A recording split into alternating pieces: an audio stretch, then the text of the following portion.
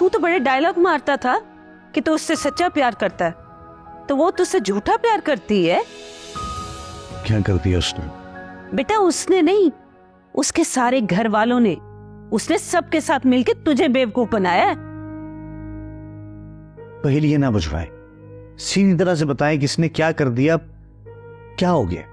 वो बुढ़ा खूसट, सुन जरा, गानों की आवाज आ रही है ना? आए तो काफी देर से आ रही है। ये वो बुढ़ा सुन रहा है, वो भी खुशी में।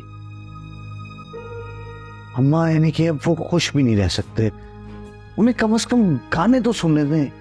बेटा तू बात नहीं समझ रहा, जब तो उनकी खुशी की वजह सुनेगा ना, तो ये चेहरे पर जो बेजारी है ना, ये नहुसत में बदल जाएगी। क्या हुआ अम्मा, क्या हुआ? वो बुढ़ा वशमा की शादी तय कर रहा है। अच्छा, क्या? लगा ना जोर का झटका?